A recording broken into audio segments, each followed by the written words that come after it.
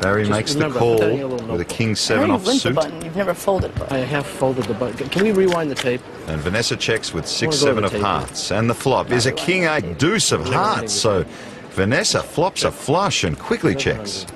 See, 2-bet 700. Well, Barry with top pair comes out punching. And Vanessa now wondering, how can I get as many chips as possible off this annoyingly talkative man?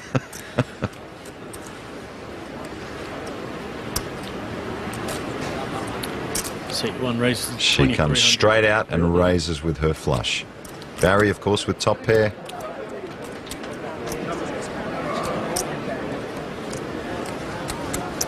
That's quite tricky there from Vanessa.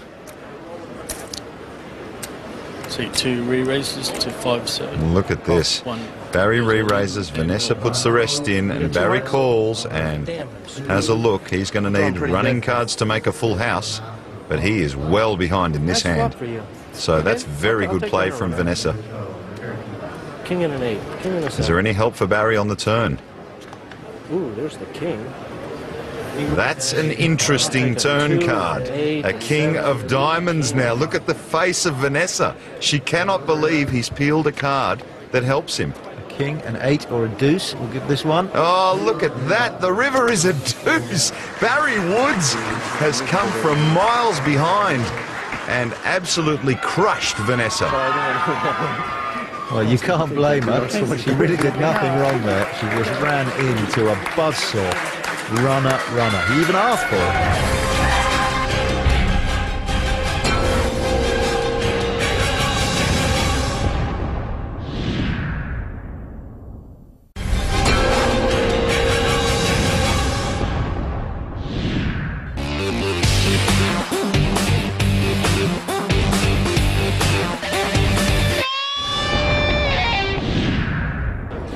Semi-final time, and Barry Woods, on whom fortune has been shining, is up against Norway's Martin Gudvangen.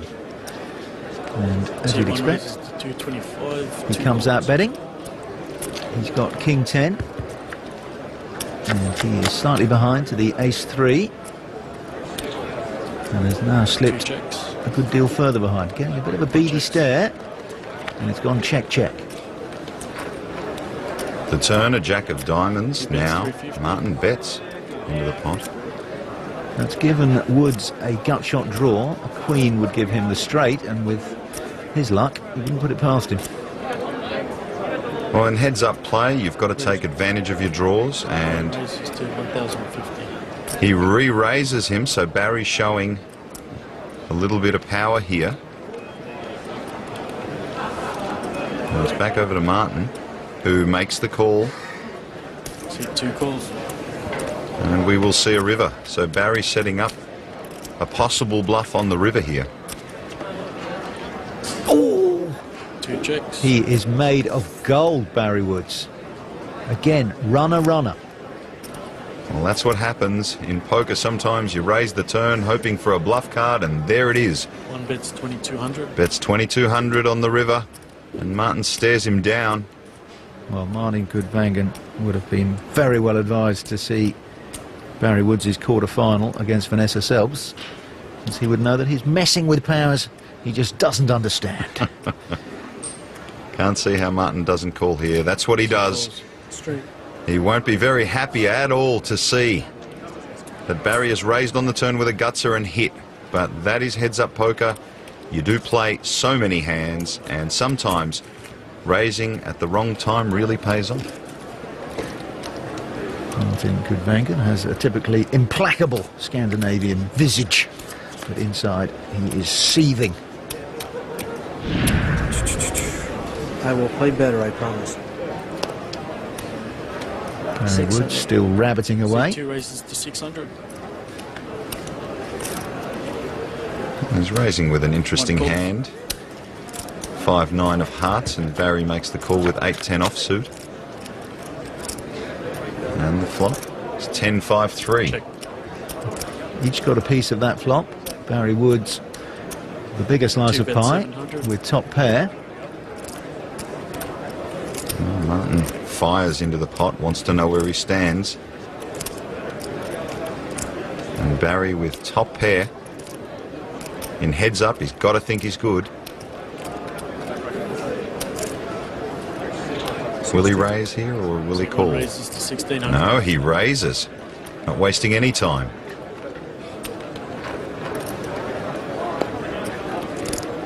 Well, if Martin Goodvangen was looking for information, he's got it. Look at this. Martin moves all in. I believe he's going to get called. Oh, Barry, big sigh there. Not happy about that move. Well, he's got top pair. His kicker may not be the best in town, but there's no way he can throw this away.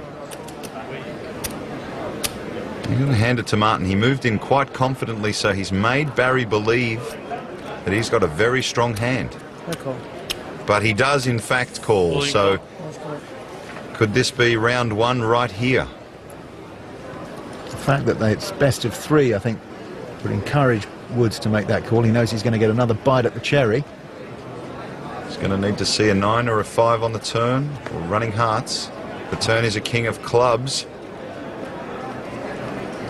Well, can Barry do it? Can he win round one? Will his hand hold up? The river. A 6 of diamonds, so Barry Woods takes round one from Martin Goodvangen.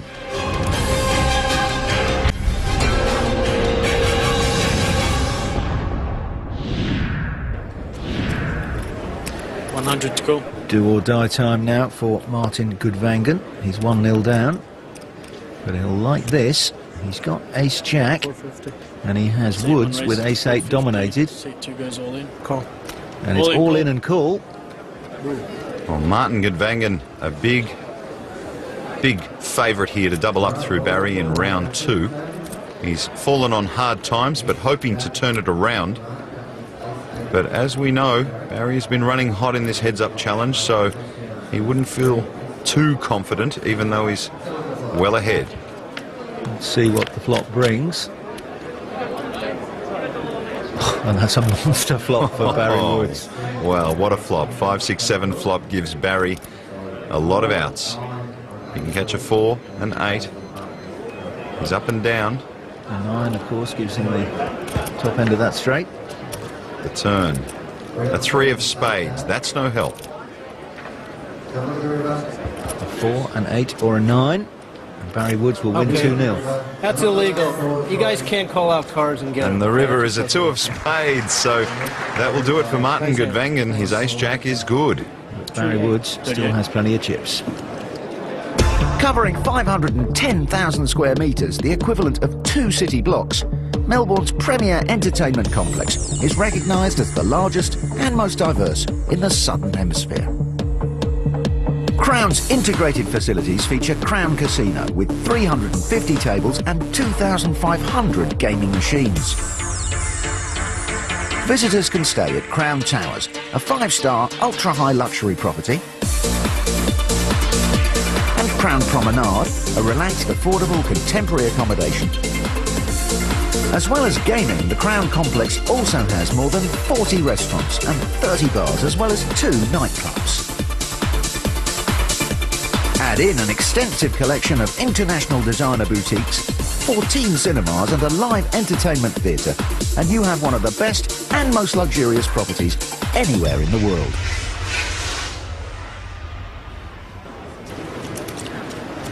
Round two, and Martin Goodvangen 200 to go. and his fight back continues. Trying to stay alive in this heads-up challenge, and he looks down at Big Slick. Well, that's a big hand in any capacity in poker, let alone heads-up. And look at this, Barry's got ace-9, re-raises. Well, we saw all the chips go in with big aces before. It's going to happen again. And call. All in call. And once again, Barry is well behind in the hand. Look at his expression, he knows it. This looks good for 1-all, and a great comeback by Goodvangen. He just needs his Big Slick to stand up. Last time the flop would have done nothing for his blood pressure. Let's see what the dealer dishes out this time. Here comes the flop. It is a queen deuce flop, so good chance a chop could come too. Well, with Barry's luck, he certainly wouldn't ignore that. in calling for a deuce, but the turn is a 6 of diamonds, so more chopping outs. A deuce, a 6, or a 9 to win the pot outright. And the river is another 6 of clubs, so Barry miraculously chops the pot. And Martin can just not put him away.